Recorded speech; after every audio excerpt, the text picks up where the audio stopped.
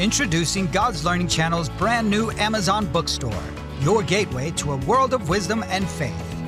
Our Amazon bookstore offers a remarkable collection of dozens of hand-picked items, carefully curated to enrich your spiritual journey. From a wide selection of traditional Christian and Jewish Bibles to Judaica treasures, biblical holiday merchandise, and even beautiful jewelry. Our Amazon bookstore has it all. Conveniently shop from the comfort of your own home at any time. Just visit our website or stop by our online bookstore. Or better yet, simply find us on Amazon to embark on a transformative shopping experience. New items are added regularly, so remember to always check back. Shop now and embrace the blessings that await you. Hi friends, we at GLC would like to take a quick moment to thank you for watching our programs on this platform, and we'd like to ask you for a little favor. Would you please go beneath this video and click the subscribe button? Did you know that by simply subscribing to the GLC YouTube channel, you can help us financially support the programs on this platform? You'll need to be signed into YouTube beforehand. But if not, simply click the subscribe button and YouTube will automatically walk you through the steps to sign in or to create an account. By taking these simple steps, you will not only ensure that you continue to receive our unique programming and gain instant access to the hundreds of videos we post, but more importantly, you'll also be telling YouTube that GLC's content is worth watching and promoting. Likewise, if you enjoyed a specific program, please click the thumbs up button below, which also helps inform YouTube that this is a program worth recommending. Finally, once you have logged in and subscribed, please click the notification bell below in order to receive announcements when we post new content. As usual, feel free to post your questions and comments in the comments section below. We always love hearing from our friends and viewers. Again, thank you for watching and supporting God's Learning Channel. We couldn't spread the message of the gospel without you. Be blessed, and we hope you enjoy the show.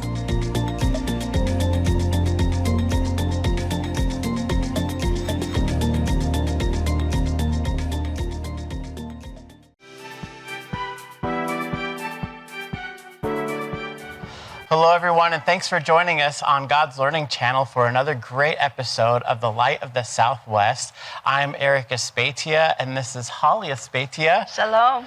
And we are just so excited to bring you another, just a story of success, a story of fight, a story of healing and spirit. Today, our special guest is Revis Ward Daggett, and she's from Fort Stockton, Texas, and we're so excited to have you here. Thank you. We have to mention Fort Davis. Yes. Because I grew up there, and if I don't say Fort Davis, all my friends are just going to write me off. So, so I am a West Texas girl. I love it. Yeah. Awesome. Yeah, thank you. Rev, from what we understand and what we're so excited to learn is that you have had a battle for your life. Yes. And the for Lord, the ages. For sure. And the Lord has just brought a new spirit and a new zeal through all this trial. Yes. And please tell us about your battle with cancer. Wow. Yeah. Okay. So the overarching summary is that 5 years ago, and it would have been earlier in the year, it would have been in the spring, right around spring break, I was diagnosed with cancer, endometrial. At that point, they called it ovarian because we weren't sure the degree to which, and they couldn't find really the source. So stage 4B. Okay, so there's stage 1, 2, 3, 4, and in each stage you have A, B, C, A, B, C. Most cancers are this way, but I'm understanding now that not all of them. Okay. Some of them maybe have 3 stages, and the super deadly is at this point. But anyway, stage 4B. So if you take 3, 6, 9, 12, I was in stage 11. Wow. Really. Okay. So I'm just one stage away from my foot in the grave. I mean, really. So in the end, there was a lot of decision making to do. There was a huge journey in front of us, and I say us because it came down to my family. I'm the youngest of 4 girls. Yeah. So, of course, all these older sisters want to, they were there and they were supportive. And then my husband and our kids, we have 3 children and we have grandkids. So, It was a really incredible journey. What to do, when to do it, why we're doing it, how we do it, choices. But the beautiful thing is, I think that I learned in the process, we do have choices. We have choices. And so what I did in my good valedictorian form, Fort Nevis High School, I researched, I started digging.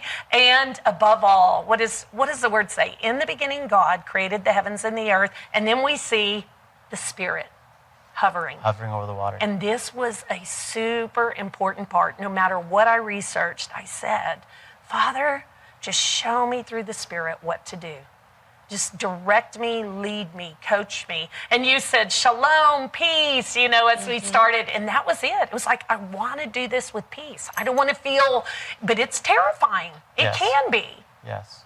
And so the long short of it was that we had to decide how to fight this late stage that at that point was considered, fatal.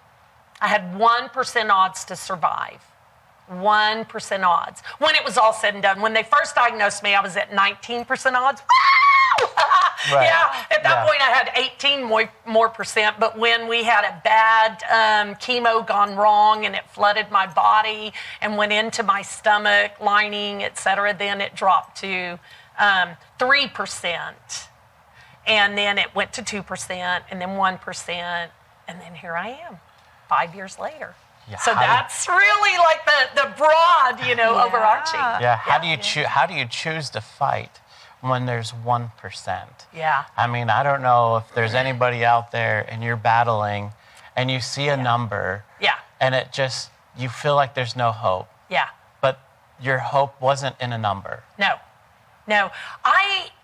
What I heard over and again, so as I've processed, there's so many different ways you could say it was this, it was this, it was this. I think it was a convergence of so many beautiful things, really. But such a big part of it is here, right? It's the choices, it's our belief, it's our hope, it's our courage, our might. How can we do it? If I'm at 1% odds, what do I do? How do I do it? Fear can creep in, financial struggles. There's so many things, right?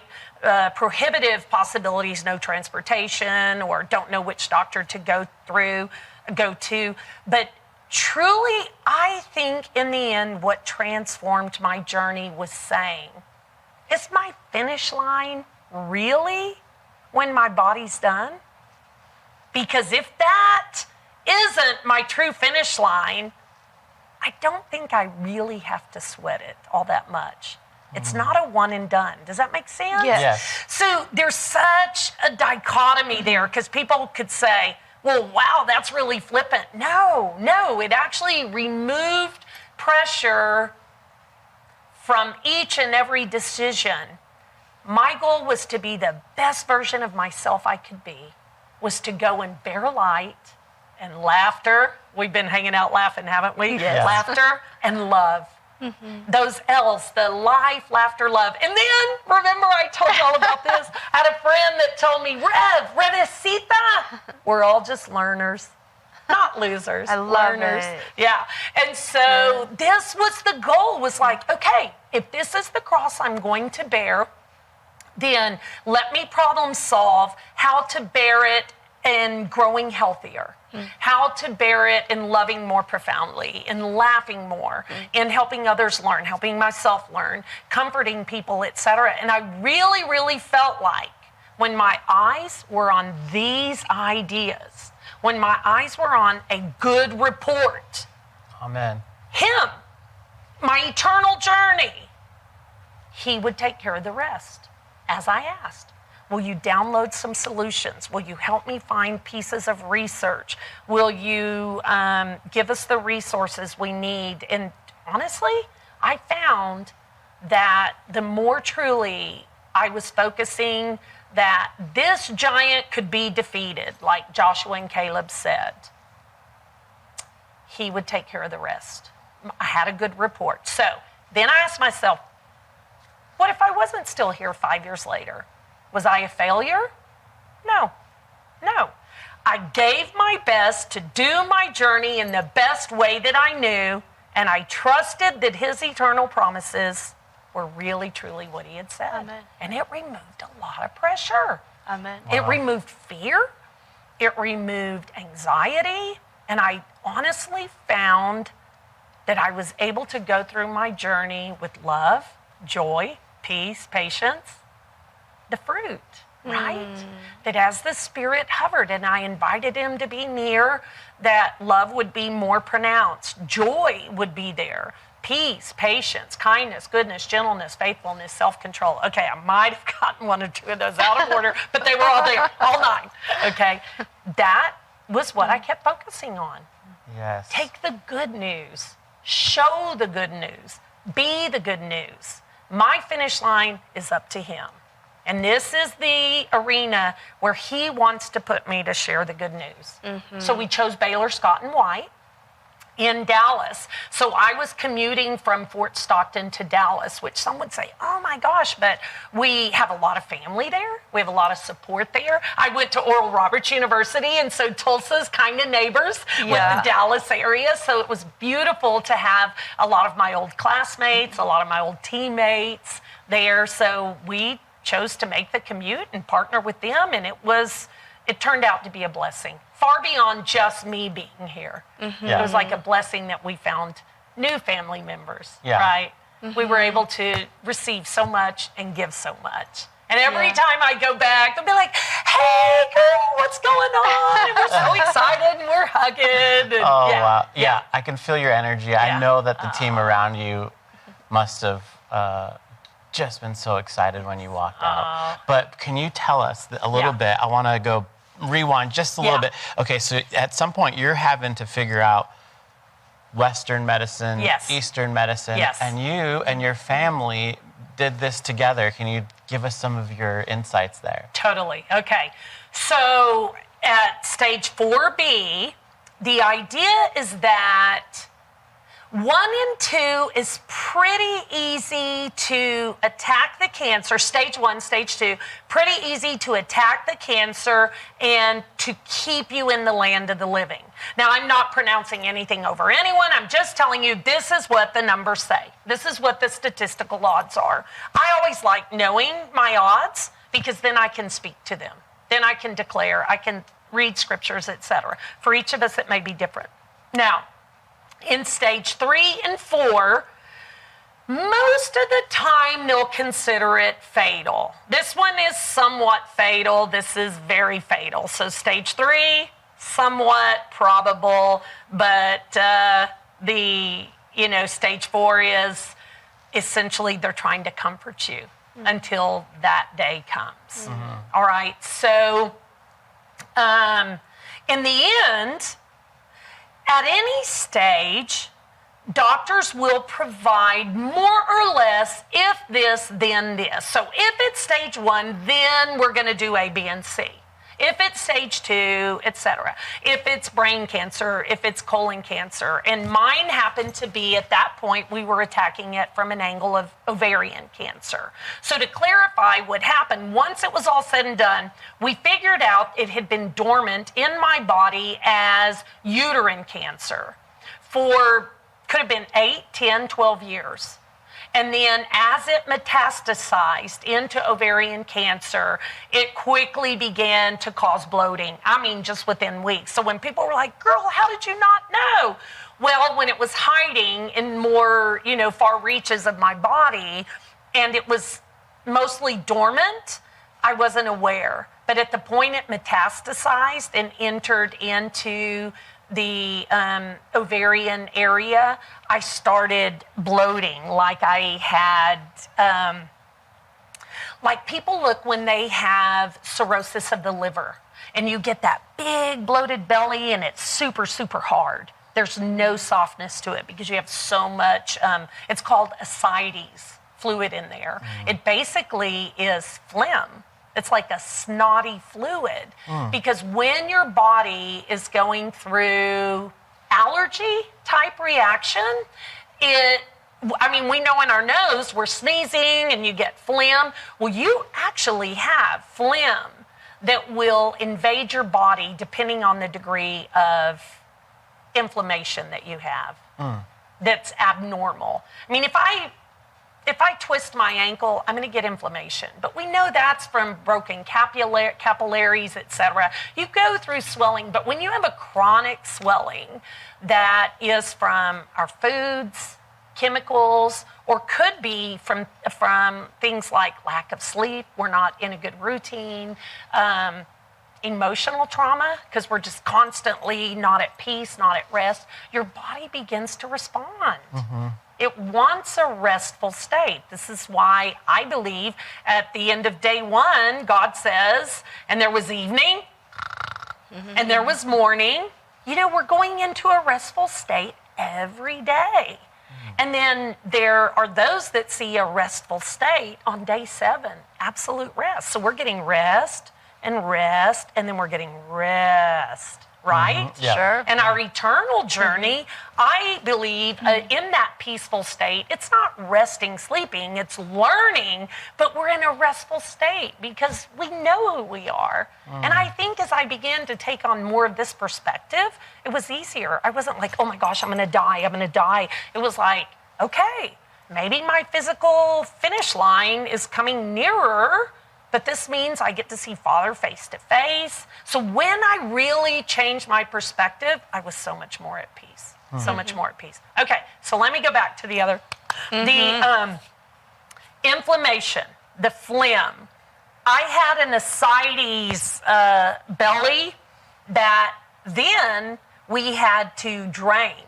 And typically once you puncture and have to drain, it's most certainly fatal. We drained 3 times. So I was diagnosed in late March. I will share some pictures if you'll have an opportunity to share them, great. If not, they'll be on my website. But it's super, I'm not going to relate it to a food so I won't gross people out and they won't run from those fluids or foods. But let's say it was like these liter bottles of green fluid. A snotty fluid, okay? And there were 4 liters. Oh, wow. Yeah. Oh my goodness. Yeah.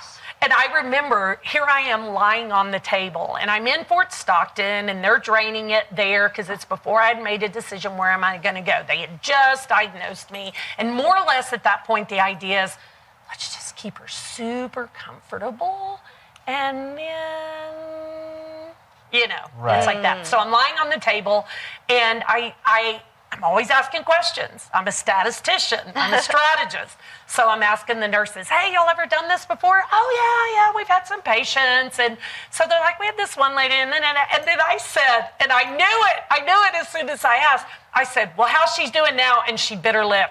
Oh, no. I said, she's not with us anymore, is she? And she said, and I said, it's okay. It's okay to tell me. It's okay to be honest. Don't be afraid. Because if I know what's out there, then we can do it. Now, I will say in that, I was raised as an athlete. I was a tomboy. I used to play football on the courthouse lawn and tackle boys, knock them down. I have always had a mentality like a warrior, like being on the front lines in competition. But that's how I see myself in the kingdom. I see myself wielding my sword and going, just come at me, bad guy. Not really, but okay, cancer, I got the, you know. Yeah. So in the end, when I was asking them and they were a little reluctant to share, I was like, it's okay. It's okay, because we're in this journey together and we're going to learn some things, whether I'm here a week from now or not. Okay, so I mentioned that they give you a strategy for what to do, and what they did recommend was definitely going the chemotherapy route because I was so far gone. Now, the really interesting thing that I was learning in the throes of going through this, they had just switched the strategy on ovarian cancer. It used to be, oh my gosh, ovarian cancer, cut it open, get it out, sew it up, and do chemo. Well, what they found was that it was very Jell-O-like, and that if it was super warm, how do you grab Jell-O in one whole batch? This is why it was so deadly. Okay. This is why everybody with ovarian cancer would die. So they're trying to figure out, how do we get them past this? So they started doing chemotherapy before to try to firm up the tumor. Then when they would extract, hoping that it would be more rock-like or solid, so you didn't have all the bits and pieces to try to pick out, and then chemotherapy after. So we weren't even at that point. We're just like, are we going to do chemotherapy? And in my mind, I'm thinking, no.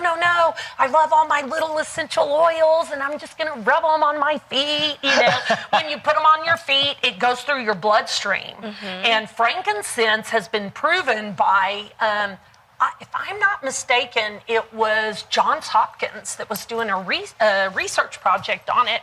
And they were saying, oh my gosh, we're so fascinated. We have found something that actually is deadly. Okay, it can kill, but it's life-bearing. They saw that it started recoding the DNA in the cells that were being taken down by the cancer. Is that phenomenal? Yeah, that's amazing. It could target the cancer, take it out, and then recode life. They had never seen that before. So when I saw that, I was like, where's the frankincense? Give me some frankincense. And there are amazing companies out there. But they're really, from what I've seen, there are the ideas that, vehicles. You may have a little tiny economy car because you got to go practical. So there are some very practical oils. Their potency's not going to quite be there. Does that make sense? Yeah. Sure. So if you could buy the Hummer version, Sure. it's going to cost you more, but your medical bills go down. And that's what I found. So I personally chose to go with doTERRA. I had done some experience. I had done some research. I mean, I have friends that do Young Living. Again, it's a Hummer. So you've got doTERRA, you've got Young Living, and quite frankly, there's probably another 3 to 5 Hummer versions out there. But there are a lot of middle of the road and very economy, compact car type that you're not going to see the impact as quickly. And I share that just because I don't want people to get the idea that one oil fits all sort of thing, or any company fits all. Right. Because there is a difference. So, so now, oils and liquid vitamin C and these things, or chemo. And this probably is the moment that was most transforming in my life, okay? Not that you could tell I'm bossy or have the last say, or let me think what else. My husband and my son would tell you this. We sat down, we talked about it, and I said, okay, let's talk. And I'm convinced they're going to vote natural because that's what I like. And I asked my husband, what do you think? He said, chemo. And my son right away is like, yep. And I said, really? And they both said yes. So now it's a 2-to-1 vote. Our other kids had already graduated. They're out of the home. They're married. They have kids. So it wasn't they didn't get a vote, but they weren't going to have to sit right there by my bed and watch me waste away or come back or whatever the case would be. So at that point, it was 2-to-1. So I said, okay, let me ponder this, because it really caught me off guard. So I literally went and ran water. Remember where the Spirit was hovering? Oh, yeah. Every time I touch water, it's the most profound thing. It's so life-bearing, you know. It can be deadly, right? Sure. Yeah. But I have the most unique experiences with water. So I went and ran water, I lit some candles, and I put the Word on. I honestly don't even remember if I did Matthew, Mark, Luke, John. I can't remember, but I just wanted audio to play. And I wanted it to be about Jesus having come in the earth, Yeshua, Messiah, coming and serving and showing us what does the kingdom look like and what can we do. So I'm just sitting there soaking, and I said, okay, Father, I've been looking at your word in such a different way for years and years. I love to make charts. So this one is about Genesis 1:1, 1:2, 1:3, 1:4. It's all about creation. So I use it. I'll put this on my website so that folks can see it, because I don't want to work from it play by play. But the idea was Father, if I've been holding on to this idea that there's these very particular patterns, and you said that the leaves are for the healing of the nations, is chemotherapy a leaf? Am I going to dishonor you by doing this? And he says to me, Rev, why would you do it? Well, because it's what they want. And he said, so what is that? And I said, well, it's love. And he said so clearly, love covers a multitude. At that point, I didn't ask him, what is the multitude? I accepted, okay. He is a good, good father. And I accepted that it could mean one thing or it could mean 1,000 things. It could mean, don't sweat it. You're not going to dishonor me. My love will cover that. You'll be considered good when I see you face to face. Okay, awesome. Does it mean I'm going to be healed? I didn't ask him that. Does love mean it's going to bring healing? I just accepted. Love covers a multitude. So I called my husband, my son, because I was already in Dallas, getting ready to go through more testing, et cetera, and they weren't able to go with me at that point. And getting there is a story of its own. I'll put some of that, otherwise we'd be here for hours. But I said, will y'all partner with me? If I do the chemo, which is fire fighting fire, right? Will you give me the methods to put the fire out after the chemo's in my body? Yeah, like what? And so I was like, okay, I'm going to do liquid vitamin C, because liquid vitamin C turns to hydrogen peroxide in your body. Did you know that? No. I didn't either. And I had a friend from Belgium who beat stage 4B cancer strictly with liquid vitamin C. Wow. Wow. So, you know, when you cut yourself and you put the hydrogen peroxide and it bubbles, well, apparently it goes in our system and it starts bubbling. It starts looking for disease. So then how do we get rid of it? We pee it out and we poo it out. And our other method is sweat it out. So I just started looking. I was like, will you support me to do liquid vitamin C? Yep. So then I think, well, I got to sweat it out. What else should I do? So every morning I'm walking, you know, I'm cruising along, putting in 2 to 3 miles. Some people can't do that. So how do you sweat? You run a bathtub of water that is so flippin' hot, you look like a crab. Get out of there. And you put Epsom salt.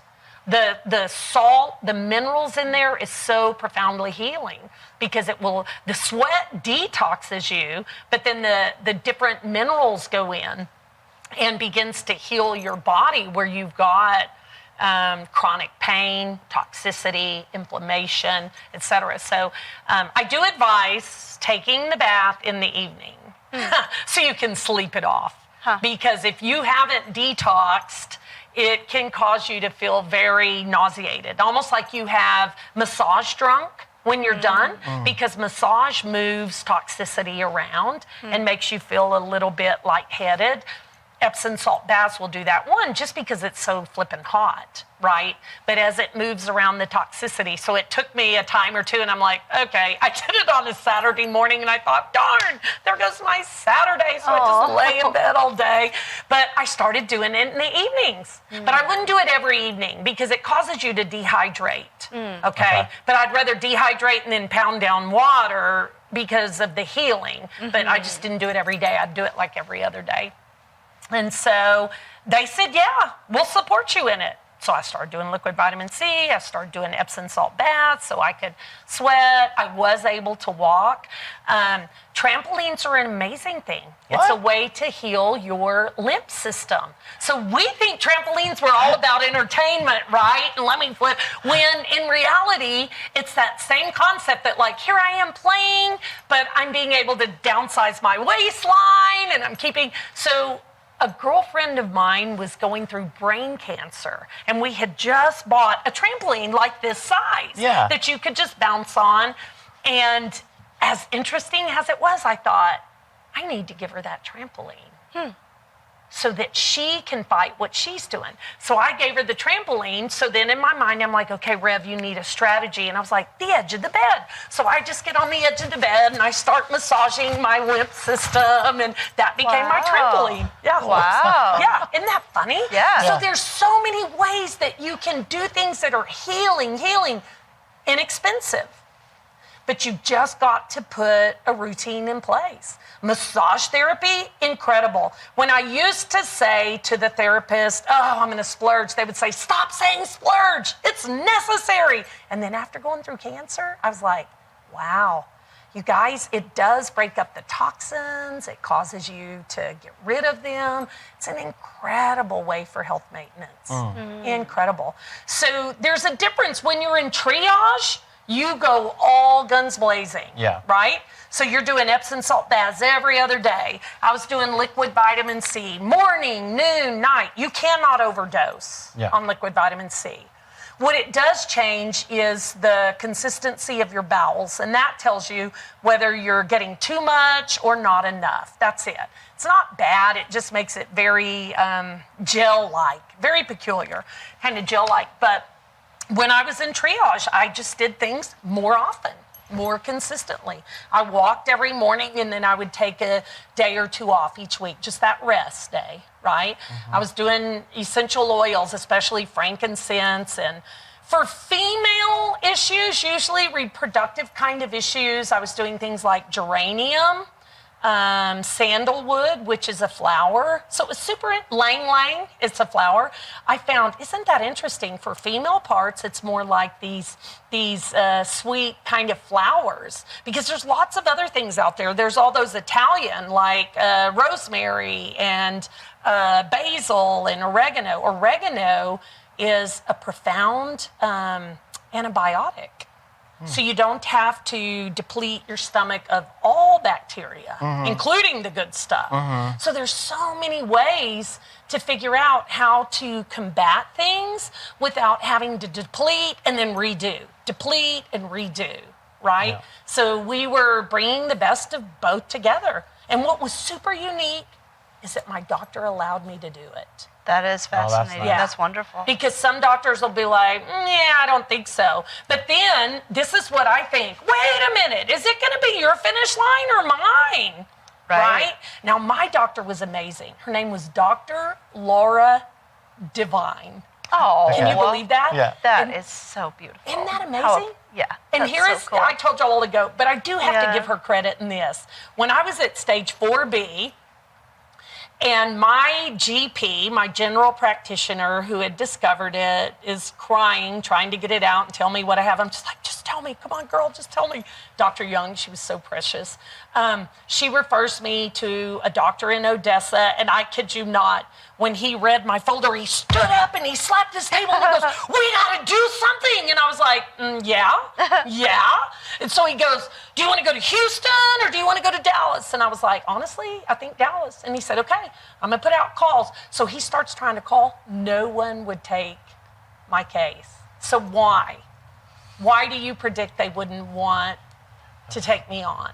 I think 4B. I mean, you're so far gone. Yeah. Like, what does it make their record look like? That doctor loses everybody they get, right? Like, who wants that? I never thought about that. I know. Like sports statistics or something. I know, but remember, I'm a statistician. So this is what I did. We hover in his office, and we're waiting. We sat there for like 2 to 3 hours. And my sister, who's just older than I am and has been my best friend since we were kids, she's like, Rev, I'm not putting up with this. Her name's Tanya. She's so funny. Rev, I'm not putting up with this. We got to figure something out. And I said, well, he said Dallas, and he said Baylor, Scott, and White. So let's do a little more digging. So we go up, and we're acting all casual, and we ask the lady, hey, have you gotten any answers from that? What was that place called? And she said, Salmon's Cancer Center. And I said, yeah. Salmon's Cancer Center. I look at my sister, and she said, no, we haven't found a doctor who will take your case right now. I was like, okay, no big deal. So then I look at Tan, and I was like, let's go. So we left, and we hit the road for Dallas. And I told her, I'm going to go sit in the office, in the lobby, and I'm just going to say, Anybody ready to take me? Come on, let's do this. And then she called, in a little while, she goes, where'd you go? And I said, we're heading to Dallas. She goes, no, you're not. And I go, yeah, we are. Because at stage 4B, you can't predict, do you have a month less? They had already done one ascites drain, right? And we're getting ready to do a second ascites drain, which then that's almost like one strike, you're out. Now we're going to go to 2 strikes, you're out. And I did have a third drain just before I went into surgery, months later. But it was months because we're doing that pre-chemo, right? So my sister and I jump in the car. This is too funny. We're driving along, and I'm like, oh, Red Lobster. So we pull in there. So when the lady calls, she goes, where are you? I go, we're going to Dallas. And we're at Red Lobster, but we were going to Dallas. She goes, I found a doctor. Hey. And I was like, okay, there you go. And she gave us her name. And I said, when will she take me? And she said, tomorrow. I said, I'll be there. So we drove to Dallas, and thus began and it was unbelievable. Usually you go through weeks of testing, but because I was 7-8 hours away, she started squeezing everything in all within 5 days. This test and this test and this, and part of it was just to eliminate, did it have anything to do with the colon? Did it have anything to do with the lungs, with the heart? Because remember, the tests had been somewhat inconclusive. What is the source? Right. And they were like, it's ovarian, but there's still some doubts. 70% ovarian, but this 30% leaves us going, what? And then we found out later. So she did take my case on. And I think in the end, probably the most beautiful, meaningful part of it was that she gave me the freedom to love as profoundly as I wanted to love myself through essential oils, liquid vitamin C. Right. She wanted me to do chemo because they were finding that chemo first and then after. But here's what was crazy. When they first discovered I had cancer, I'm going to put my hand here and then I'll describe. My cancer number, the marker, the measurement for how much cancer I had was at 1,800, okay? 35 is considered cancerous. So now I'm 1,765 above that. Yeah. So, and I'm in stage 4B, right? So then we ask ourselves, well, is 2,000 the deadly mark? Or, you break it down and divide it, and you think, well, 2,000 must be the threshold. You guys, through the chemotherapy, never once did my numbers turn downward. They just kept going up and up. It was inexplicable. They're doing the chemotherapy. It wouldn't drive it down. It kept going up, up. So I do chemotherapy through April, May, and June. You do what are considered 3 major treatments, but each of these has 3 parts to them. So then they could break it up and do part 1, week 1, and then part 2, week 2, part 3, week 3, or they can do it all at once. But that's that 8-hour dosage where you're just sitting there all day, where they say, oh my gosh, you go in at 8 in the morning, you don't get out till 6 in the afternoon. It's the major thing. For people who can go in and take it within a couple of hours, they're just doing part 1 of the 3. Right. And then the next week you go in for part 2. So everybody's is different, and it depends on the cancer. So prior to cancer, we were doing the little. So week 1, this one, and the next week, this one, and the next one, this one. Right? And then, so I went through 9 mini treatments, so it's considered 3 major. Okay. I had 9 different chemo buddies. They drove me from Fort Stockton, and they would hold my hand, and we would take pictures. And part of it was just to try to expose people. What does the subculture of cancer look like? Because I'm telling you, it blew me away when I got in there and just saw the chairs and all the cords and the IVs, and I'm just like, oh my gosh. Bald people, sullen, the ashy faces, yellow faces, just so much from the struggle, the hurt, the pain.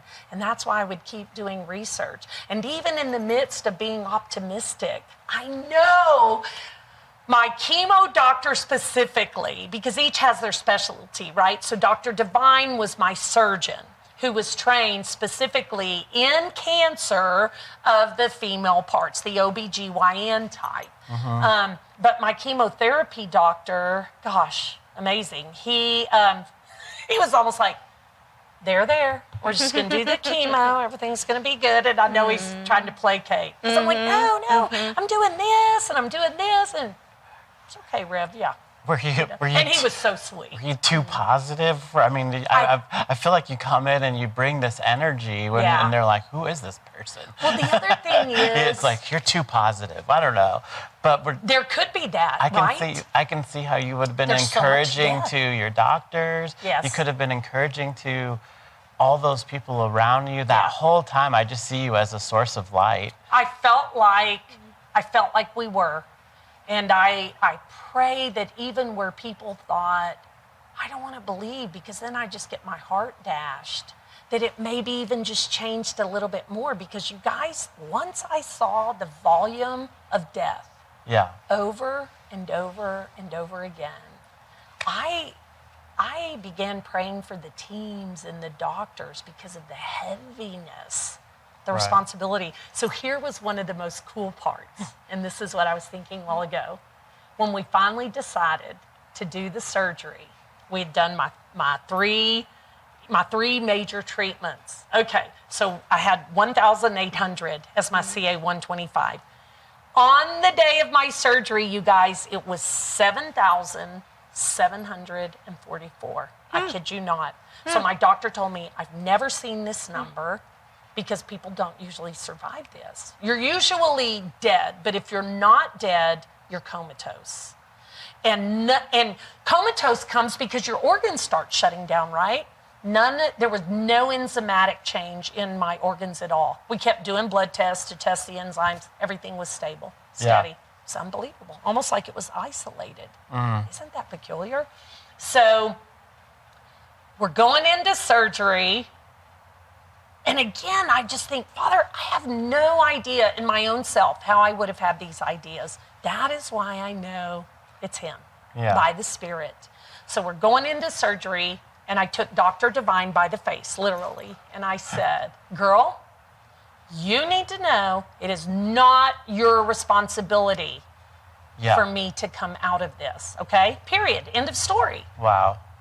He and I have already talked it out. So he's got it worked out. And if I'm not here at the end of the surgery, then it's my time to go and meet him face to face, to be there and be present. Be done. Wow. I release you.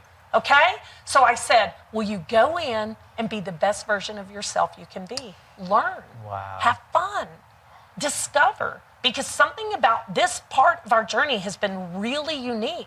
The numbers are off the Richter charts. It's defied the odds in this and that. You and I together have been a very unique team.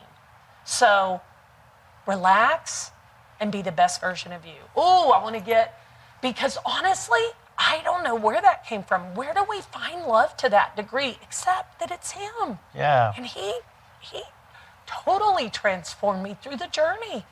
Love covers a multitude. Amen. I've never forgotten that. And when someone, I haven't been a perfect version of myself since then, but when I encounter something where otherwise I would have wanted to say, dang it, don't get in front of me in traffic. You saw me come. Then I just go, you know what? I bet you needed that today. It's a little easier. It's a little easier to choose love. Because I think, why was my schedule more important, right? It's actually helped me to look at it in a different way. So the odds I was going to get off the table were 50-50. Once they cut my tummy open, there was the potential my body was going to go into profound shock and I would die instantly on the table. Because oxygen rushing in is very healing, but to take that volume of healing all at once can kill you. It's almost like seeing God face to face, where you're like, we see when angels showed up, people were like, and they'd say, fear not. Fear not. Wow. And I think that's our body is exposed to this profound healing that it's like, whoa, I can't do this. Our spirit can, but not our body. What a great right? analogy. And yet, we go through the surgery, and the very next day, my number plummeted to 500. Wow. So I can't tell you, it's like, say, 517, 572. Sure. It didn't matter. I'm like, it's no longer 7,000 people. It was the first time. So we're like, wow, I'm skinny and frail. I weighed about 120 pounds. When they removed the tumor, I lost 9 pounds, you guys. Wow. It was the size of a baby's head at birth. So, I know you talk a lot about symbolism, symbolic things. So it's very interesting to me. You had 9 mini treatments. Yes. This tumor was 9 pounds. There's 9 fruits of the Spirit. I hadn't connected those. Really amazing. That is so then I'll tell you, in the end, I like grab things like this and I go, okay, I got to see 1, 2, 3, 4, 5, 6, 7, 8, 9. And I go back and I'll look and find where it lands. Or I'll think, okay, if this is 7 and there's 12 tribes and I love doing that. So I figure out where does your 9 come in and what, all of that. Yeah. I hadn't connected those. And you talk about love covering all. And when you're asking, is chemo is it a leaf? Because you're thinking about the healing of the nations. Yeah. And God tells you love covers all, like his love. And so, but what is love? It's a fruit of the Spirit. It is. That's one of the leaves that bring healing. It is. Oh my gosh, actually that is so beautiful because we have, one of the things he's done to teach me is that there are 2 sides to the coin. Okay, so we see immediately in the beginning God created, and there's 2 sides, heaven and earth. One is the seen, one is the unseen. So one is my body, one is my spirit, right? And my body encapsulates my soul, this natural thing, and my spirit is here. So then, while there's 2, he puts it back together as one, and here comes Rev into the earth. But before Rev, we see God. So we have God, then we have heaven and earth. So we now have 2 witnesses, night and day, light and dark, right? It even says he separates water from water. So you have the water above, like the rains, and you have the water below, like oceans. I had never thought of them as 2 witnesses. And yet they cycle, don't they? Yeah. When you look at evaporation and then the rain and the snow, it's like, this is so cool. So, we have male, female. I started seeing things like this. I was like, God, and then out of him comes heaven and earth. If he's the heavenly spiritual thing, then earth is that natural thing. Well, here he reaches down, takes some dirt, and forms Adam. So it's almost like the male, female, and then they have the offspring. So now you have Adam as one, and where did Eve come from? Out of Adam. Is that interesting? So you have a whole, and then you have a birthing, and then you have a whole, and then you have a birthing. Oh, interesting. Isn't that interesting? So then, in the journey that I've been going through lately, as I dig through the scriptures and I love it, I look at the kingdom when all 12 tribes were together. And we look at the scriptures that they're going to be together again, but they're not. So you have King David, and then you have Solomon, and then... So first the Jew, then the Gentile. We're like those 10 tribers over here, as I see it. We are expressing the Spirit because Jesus came, and he goes, I got to go bye-bye, because if I don't, the Spirit won't be right here with you. He can't be within you, etc. So then we have Judah. So this Judah, Ephraim, the 2 sides of the kingdom. And again, I see they'll come together. So I'm building the bridges this way. I'm trying to say, what is the piece of the puzzle that's so cool that Judah brings, and what does Ephraim bring? And when you share the pieces of the puzzle, it's like, whoa. So it's like the Eastern medicine, the Western medicine, you bring it together, and you actually get like a 3rd aspect when you've only had 2. It's funny, it's that old joke, 1 + 1 = 3. Because I told my friends, if the Jewish, let's just pick blue to represent them, right? Because you have the flag of Israel. Oh, I love this. So this is a great representation, right? So you have the blue, and then you have the blood of Yeshua, Messiah, red. What do red and blue make? The Purple. The royal. That's it. You get like a whole third thing when it's 1 + 1 = 3. Okay. Yeah. Isn't that profound? Yeah. There's probably so much more to it, but in my little world, this is a little aspect of how it helps me to see him. I'm like, you're all about restoration. And some of us see a profound restoration right here, right now. Some of us continue to hold the hope for a restoration, but he is faithful and he does restore. So I continually tell people, I promise you he is good. And if you do not see it by your finish line, you are going to see it because that's who he is eternally. He was, he is, and he is to come. And he is not going to change what he does, but we can negotiate and impact like Abraham did. Yeah. Oh, don't destroy it if there's 50, 45, 40. And so I started learning, wow, I want to go impact. I want to negotiate. And that's why I started negotiating. I was like, can I do chemotherapy? But what if I do this? And so now I find I do it in other areas of life. I started doing it within education. I do it within our business transactions for Daggett Energy Solutions. If he's dad, I'm going to go talk to him. I'm going to ask him scientific questions, and that's what I've been doing. Sometimes I get it really wrong, But I think that's also an aspect of Learning. Yes, I love right? it. Isn't it? Yeah. So So, I've learned to forgive myself. Rev, can you speak to our audience and let them know, like, how do they get a Yeah. hold of your ministry? Yeah. And how you're currently sort of reaching out. So you've recently retired. Yes. And now you're going around and you're reaching people who are struggling Yes. with cancer. Yeah. But I think also that your message surpasses. Pretty universal. I mean, it is. I'm finding encouragement good. on how, like, just on a business level. Good. It's like, how do I visualize myself? Like, I'm always feeling like a failure. But it's like, is this? Yeah, I'm learning, right? That's it. How do we see past it? How do we Yes. say, hey, Yes. what are you created here for? Yeah. And That's it. what's tomorrow? And, Alam Ba, like, I'm working, Yeah. I don't stop here. Yeah, that's it.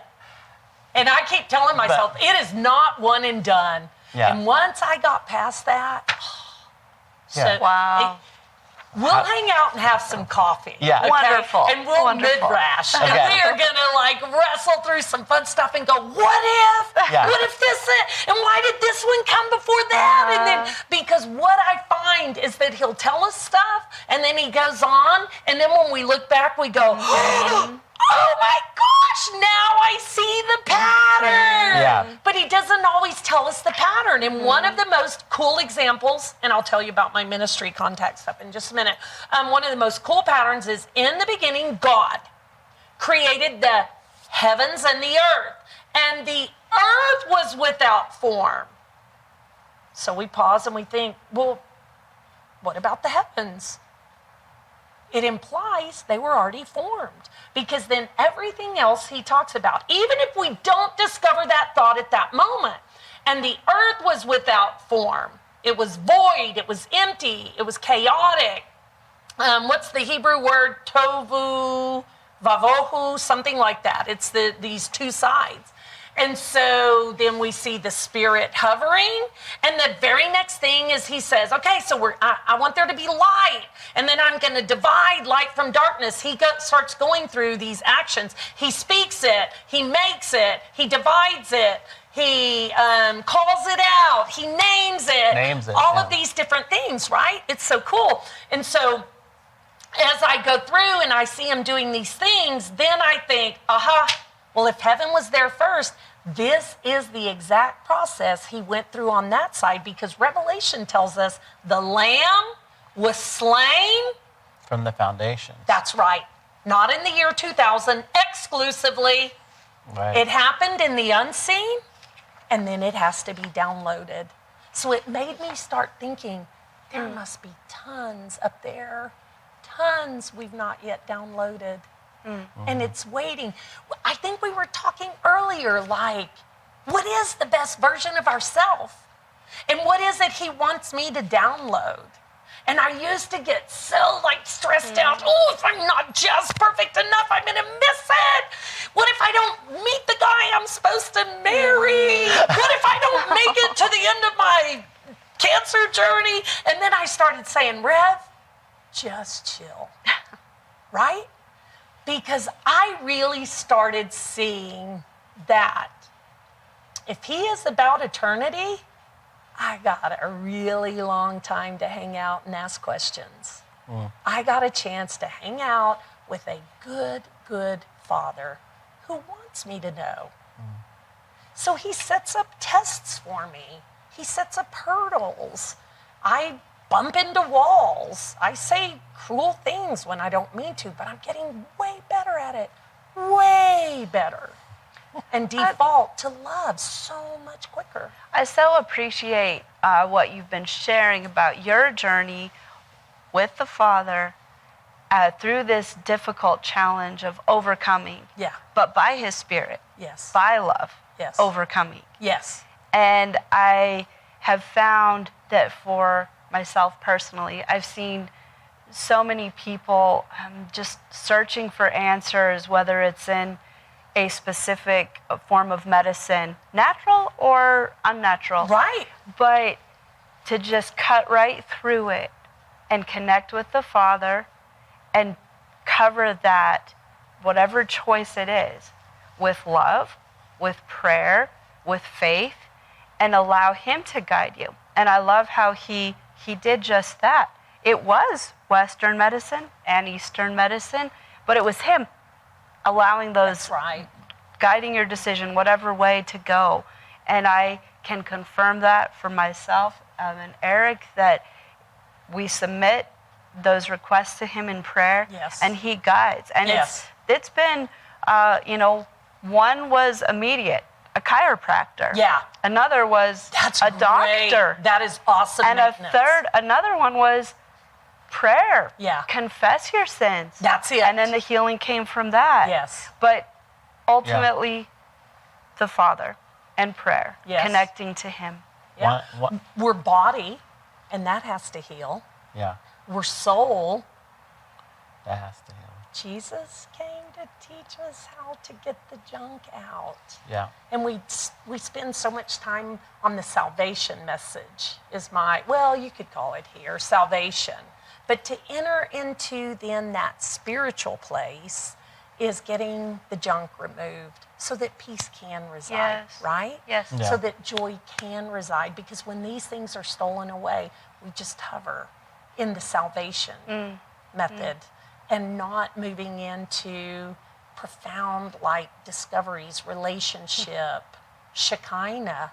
So I love expressions like holy smoke, and I thought, that's Shekinah glory. A Sure. lot of our verbiage is, I could see the writing on the wall Sure. in the book of Daniel. Yeah. Right? Oh, right. Right. Isn't that cool? Yeah. Yeah. So, okay, I got a real fun one, and then we'll move on.